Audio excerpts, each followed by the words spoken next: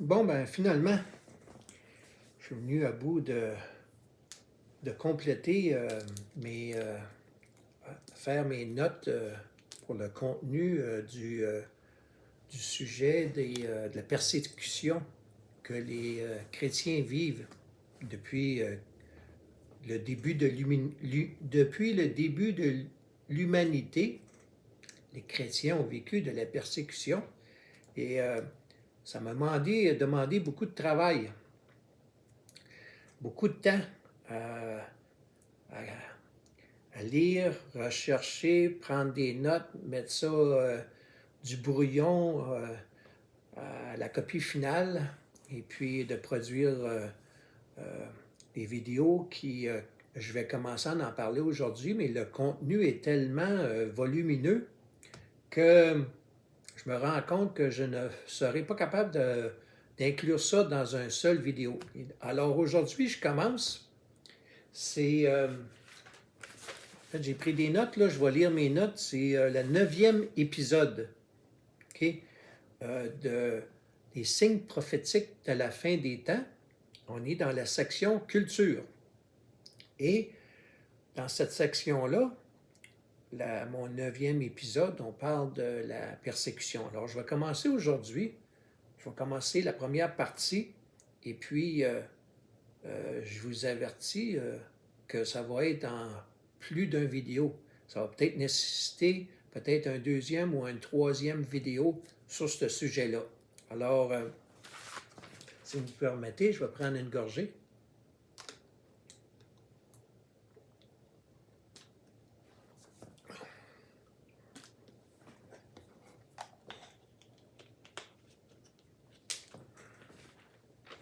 Et avant de commencer, je vais mettre de quoi au clair. Quelque chose au clair. Vous savez que je n'ai pas la langue dans ma poche, puis que j'ai besoin de mettre les choses au clair à l'occasion. Puis je vais en profiter là, tout de suite. OK? Connaissez-vous des gens qui vous posent des questions et vous répondez à leurs questions et vous répètent encore la même question et vous répondez encore une fois et qu'ils vous demandent encore une fois la même question? Et là, je parle lorsque on vous pose des questions et que vous répondez. Je ne parle pas d'interaction en personne, là. Je parle d'une interaction dans des courriels, dans des textos ou dans dans des vidéos qui sont produites. Alors, je nommerai pas de nom, mais si quelqu'un passe son temps à me poser toujours la même question, il y a deux possibilités. Soit que cette personne-là n'écoute pas tous mes vidéos, ou que si cette personne-là, sans nommer de nom encore une fois, écoute les vidéos, mais ne porte pas attention à ce que je dis dans les vidéos. Alors, si je ne réponds pas, il y a différentes raisons à cela. Premièrement, vous n'êtes pas sans savoir qu'il existe des trolls, ce qu'on appelle des trolls, OK? Ou des gens qui sont irrespectueux. Ou, autre possibilité également, alors il y a des trolls, il y a des gens, deuxièmement, des gens qui sont irrespectueux. Troisièmement, il y a des gens qui posent des questions qui ont déjà été répondues. Ça, c'est la troisième chose. Quatrièmement, il y a des gens qui, par leurs questions, on dénote qu'ils tentent, par sarcasme ou par leurs questions, de me mettre en boîte. Alors, vous n'avez pas affaire à un innocent. Okay? J'ai vu neiger avant aujourd'hui. Alors, attendez-vous pas à avoir de réponse si vous êtes dans ces 3 ou 4 catégories. Okay? Dire que je ne réponds pas à des questions, c'est faux. Puis je vais nommer une personne, là. Nick. N-I-K. Regardez les commentaires, là. Nick est une personne, entre autres, à qui j'ai répondu. Parce qu'il rentrait dans aucun des critères que j'ai nommés. OK? Alors, puis je vais terminer là-dessus, parce que je suis déjà rendu au-dessus de 5 minutes, puis je ne vais pas passer tout mon temps dans ce premier vidéo-là sur la persécution pour essayer de mettre les points saisis et les barres CT.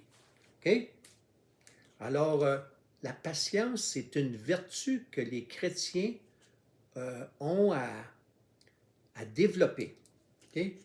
Puis j'en suis un des premiers qui a dû développer ça. Okay? Parce que je n'étais pas quelqu'un qu'on pourrait dire de très patient. Dieu, vous savez, quand on devient chrétien, on s'améliore, on devrait en tout cas s'améliorer avec le temps. Il y a encore place à de l'amélioration. Et une des choses, c'est de développer des vertus. La patience en est une. Alors, je suis beaucoup plus patient que je l'étais. Alors, à ceux qui requièrent une réponse du tac au tac, là, je vous demanderais, s'il vous plaît, d'utiliser un petit peu de patience. OK? Parce que j'ai dit à de multiples reprises que je suis seul à faire ce que je fais, OK? Que j'ai une gestion de temps très serrée, parce que je fais affaire, j'ai 2 entreprises, puis je fais affaire à l'échelle internationale, avec toutes les différentes fuseaux horaires qui existent. Alors, si je fais affaire avec aux Philippines, là, on parle de 12 heures en avance sur notre propre heure en Amérique du Nord, OK? À titre d'exemple. Et puis, je fais beaucoup de travail avec mon épouse au niveau des équipes de prière, de partager la bonne nouvelle et tout ça. Alors, je n'ai pas besoin de dire qui passe son temps à faire de tels commentaires ou poser questions que j'ai déjà répondu, là. Mais je voulais, en partant, mettre ça au clair. OK? Alors, voici. Je vais commencer. On est déjà rendu proche de 8 minutes, là. OK? Il me reste 8 minutes pour commencer sur le sujet. Alors, on va commencer avec les fondements. Oups, excusez. J'ai accroché ma table avec ma caméra. Je vais commencer avec les fondements pour qu'on comprenne bien qu'est-ce qu'on parle quand on parle de persécution. Vous pouvez peut-être penser que le mot persécution est trop fort pour décrire ce qui arrive aux chrétiens en Amérique. Aujourd'hui, la plupart des persécutions n'est pas violente. OK? Alors, il y a de la persécution qui se fait partout dans le monde, à travers, mais elle est plus violente dans certains pays. Alors, nous, en Amérique du Nord, on est un petit peu, on voit pas ça, c'est un peu plus, c'est pas évident, disons. Alors, comme j'ai dit, la plupart des persécutions n'est pas violente. Il s'agit plutôt d'une pression sociale, okay? Des chrétiens dans 5 sphères de la vie. Le privé, la famille, la communauté, le national et l'Église. Okay? Nous ne devrions pas présumer, cependant, que tout ce qui nous arrive est de la persécution. Okay? La persécution est seulement un problème qui survient comme résultat de la droiture. Si vous voulez savoir en quoi je vais en venir avec la droiture, je vous invite à aller dans Matthieu, chapitre 5, verset 10, pour savoir de quoi je parle quand je parle de droiture. Parfois, notre stress, nos péchés ou nos mauvais choix euh, amène des problèmes dans nos vies. Être persécuté pour le bénéfice de la droiture signifie que l'on s'oppose à nous ou nous souffrons uniquement à cause de notre foi en Christ. Alors, je réfère encore une fois à un autre verset biblique, à quelques versets en fait, dans 1 Pierre, chapitre 4, les versets 14 à 16. Je vais expliquer un petit peu plus là, ce que je viens de lire dans mes notes. Là. Vous savez, je vais donner un exemple. Si vous avez commis une erreur par votre propre faute, disons, vous avez menti à votre employeur. Bon, je vais donner le meilleur exemple. Il y a des employés qui volent leur employeur. J'espère que ce n'est pas quelque chose de nouveau, ça, là, chez vous. Que vous soyez en France, à Haïti ou au Québec, là, peu importe où vous résidez, des employés qui volent leur employeur. Ne devrait pas vous surprendre, hein? Mon épouse, écoutez, celle-là est bonne. Mon épouse, elle avait à son emploi quelqu'un qui vient du même pays qu'elle. Okay? Mon épouse, c'est une immigrée. Elle vient d'un continent autre que le continent américain. Okay? Elle avait quelqu'un qui vient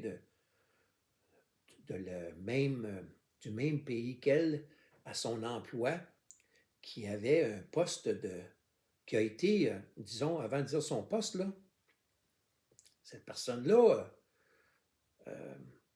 a été, on a découvert qu'elle avait fraudé la compagnie pour laquelle elle travaille, que mon épouse et elle travaillent. Et la compagnie pour laquelle mon épouse travaille, c'est une entreprise privée qui appartient à 4 frères. Okay? C'est une entreprise d'ailleurs qui a commencé à Montréal. Okay? C'est une entreprise qui a commencé à Montréal, mais elle a grossi de plus en plus. Elle a pris de l'expansion incroyable. Elle est déménagée en Ontario. Alors, ses débuts étaient à Montréal. Alors, l'employé en question a fraudé la compagnie pour plusieurs millions de dollars.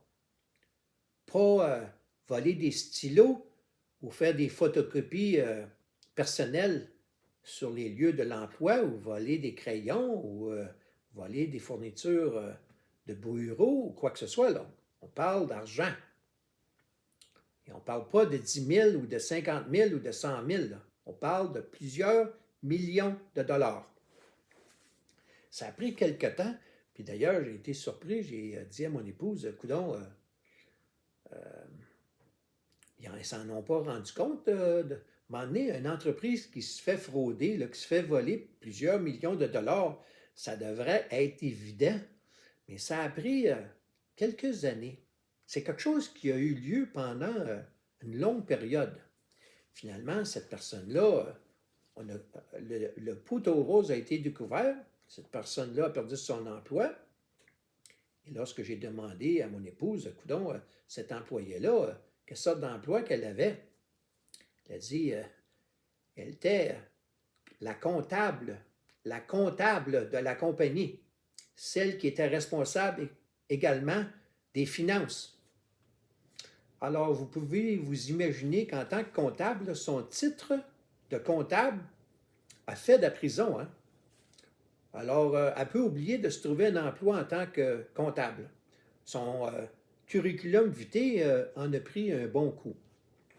Alors, des gens, là, j'ai ouvert une parenthèse un peu plus longue que je pensais faire, là, mais ça, des erreurs comme ça, puis ce qu'on pourrait appeler de la persécution, bien ça, c'est une bêtise humaine. Là. C'est de sa propre faute à cet employé-là. Cette dame-là qui a fraudé la compagnie, c'est de sa propre faute. Alors, lorsqu'on parle de persécution, on ne parle pas de cela. On parle de lorsque l'on est chrétien et qu'on travaille pour le Christ à partager la bonne nouvelle, à faire de l'enseignement et tout ça, et qu'on fait de l'évangélisation et que l'on est persécuté pour notre foi. Alors, c'est la distinction à faire, là. La persécution dont on parle ici, là, la persécution des chrétiens, c'est dans le cadre de persécution pour des raisons de notre foi en Christ. Lorsque l'on tente d'évangéliser et d'enseigner ou de partager ou de témoigner. Alors, c'est dans ce cas-là. Alors, je vais continuer parce que je suis déjà rendu à proche de 16 minutes, là. Puis j'ai fait une longue introduction par rapport à ceux qui me posent des questions récurrentes auxquelles j'ai déjà répondu, là. Je m'en excuse. Alors, je vais continuer parce que j'ai plusieurs pages de notes, OK? Et dans mon prochain vidéo, je vais parler des étapes de la persécution. Alors, je vous laisse là-dessus. Bonne journée.